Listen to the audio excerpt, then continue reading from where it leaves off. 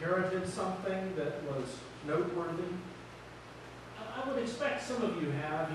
You've had generations before who have remembered you in their wills, who have made sure to pass on not just dollars and cents, but perhaps some important items, some things that have memories associated with them. It seems that of late I've been having conversations with my in-laws about inheritance.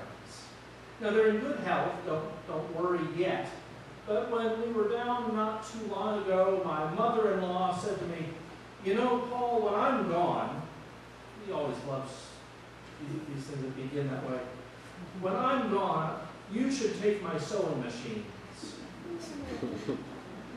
Because she's been following a couple little sewing projects that I've done, and when I say a couple little sewing projects, I mean just a couple, and not that big, but I am indeed the only person downstream of her who knows how to sew at all.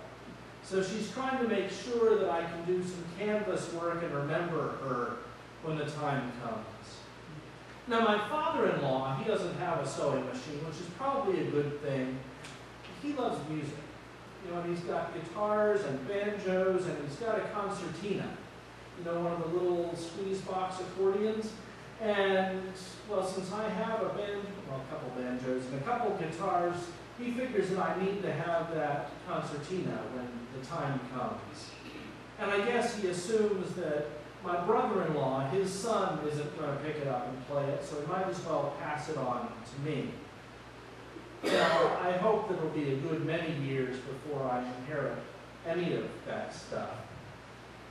But at the same time, it's kind of interesting because when I think, you know, I should go buy a concertina, I kind of have this moment of, or wait. When we think about inheritance, we think about things that are coming our way, and they kind of change our approach to life, don't they? Especially if it's something that we're anticipating.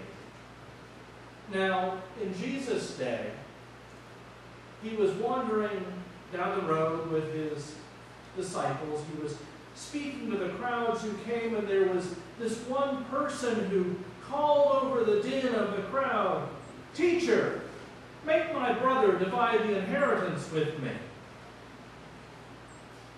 You've always got to love people who interrupt things with that kind of request.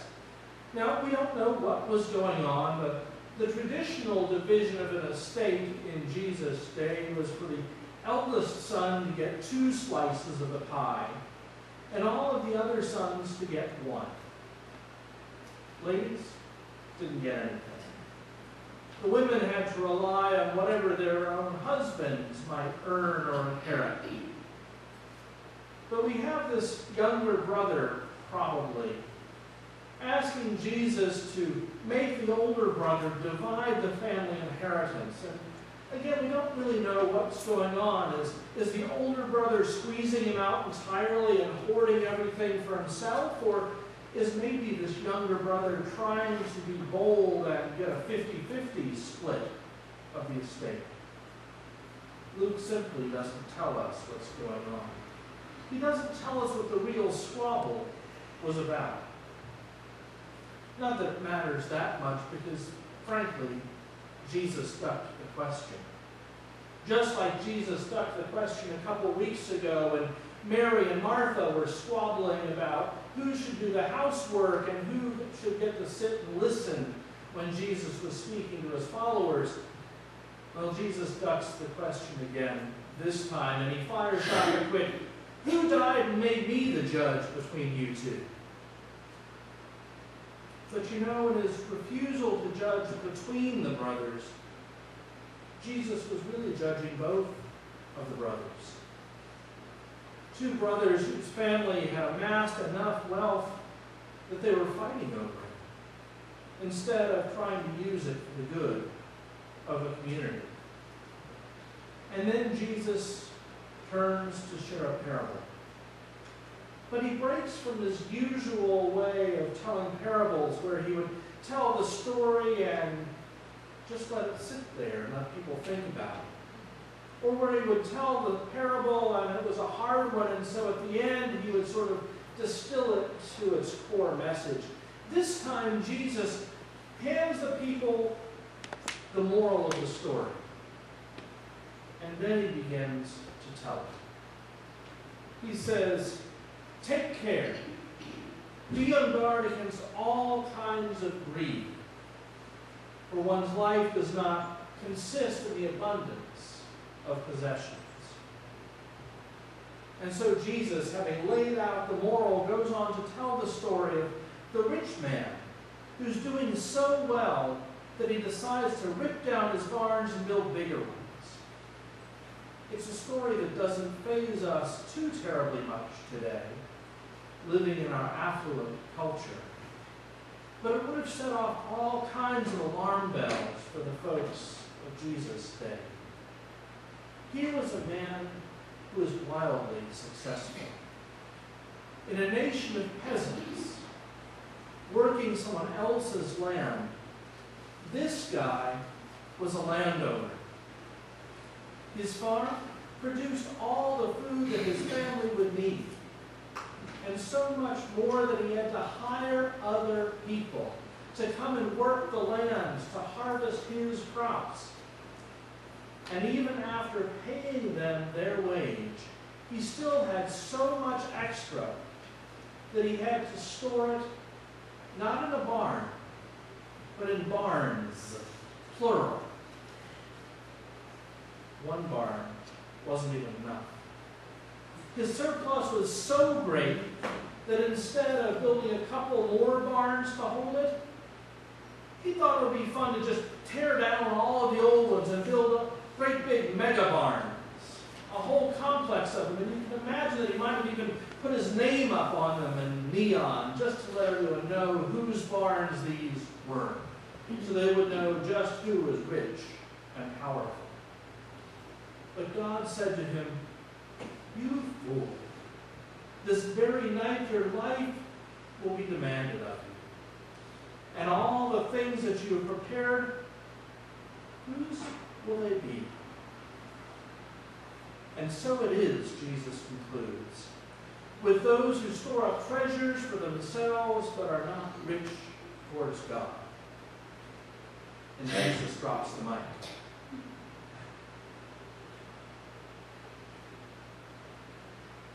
In his letter to the church in Colossae, the Apostle Paul addresses the same thing to the infant church, telling them, "So if you've been raised in Christ, seek the things that are above, where Christ is, seated at the right hand of God. Set your minds on the things that are above, not on things that are on earth, for you have died, and your life is hidden with Christ in God." It's a very different perspective that Paul offers the infant church, calling them to faithfulness, calling them to seek those things that are heavenly rather than earthly, calling them to turn their back on wealth and power and prestige. You do, of course, know that the reason that Paul was writing this to the church was not just some sort of pie-in-the-sky, wouldn't it be nice sort of sermon, but because the church was in fact going the wrong way. They were aiming towards all of the benefits of life, of wealth, of security, and they were sadly turning their back on God.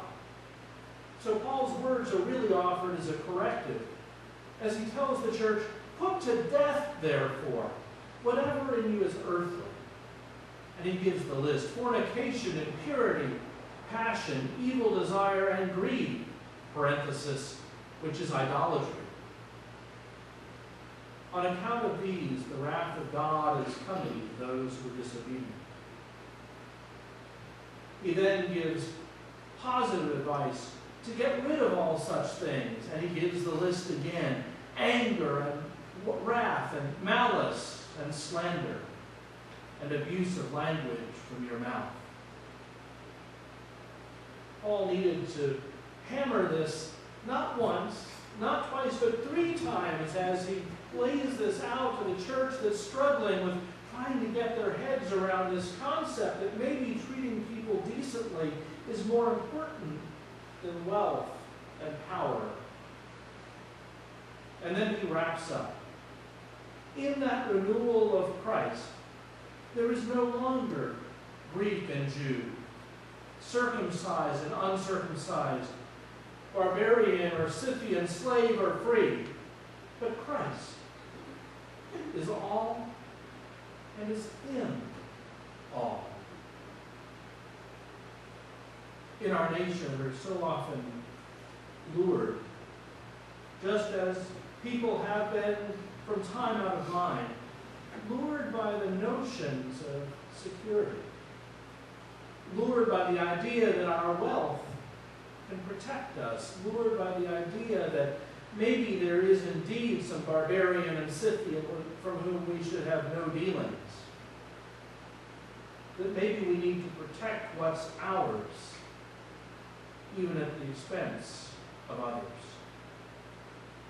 Sometimes we look at wealth mistakenly as a sign of power and even of goodness.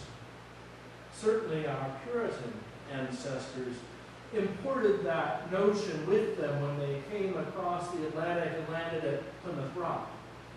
When they began to envision this nation as a city set on a hill, but also envisioned that because they were doing God's work, God would indeed bless them and they would prosper, and that prosperity would be a sign of their own goodness.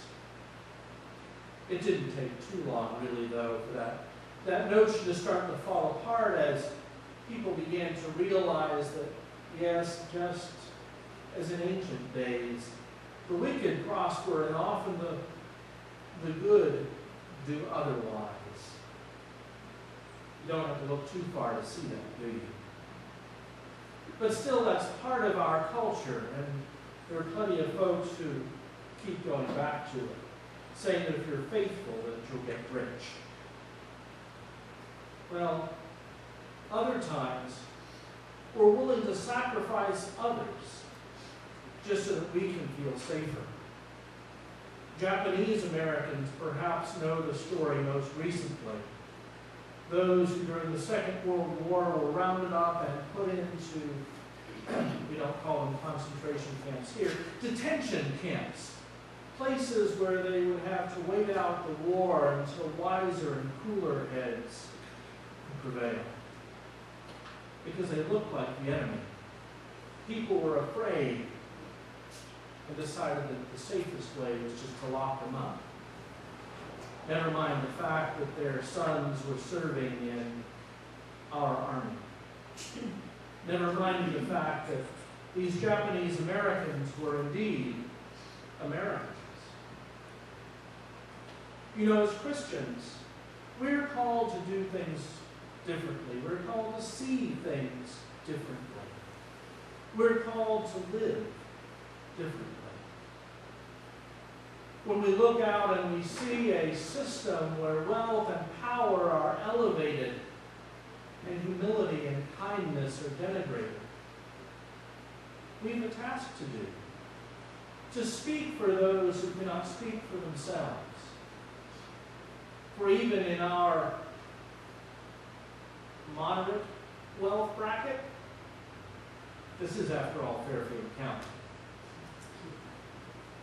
Even in our moderate wealth bracket, we're not, most of us, and if you are, let me know, I'll talk to you about your tithe, but we're most of us not in that 1%.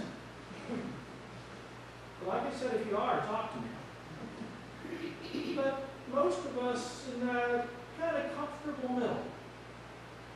We don't tear down our barns because we just want to build bigger ones, mostly. We don't rip out our kitchens just because we want granite countertops, do we? Maybe. We don't redo the bathroom that works perfectly, do we? Just because we don't like the tile anymore? Maybe there's something going on that instead of pointing at those people who are doing it wrong, we can even look to ourselves and take away a message. Because whenever we read the gospel as being about those bad people who are doing things wrong and walk away thinking, hey, I'm pretty cool, we're missing the point. Or we're missing one of the points. The gospel is about them, but it's about us as well. It's about you and me. It's about that call of faithfulness that says, don't hoard what you have, but use it for the good of others. Your wealth, your possessions, your time, your talents. Because all of these are gifts from God, intended for the good of all humanity. Let us then set aside those things that are earthly. Let us embrace those things that are heavenly. And as we do so, let us walk together, hand in hand with our sisters and brothers, making sure that all of God's children are cared for. Amen.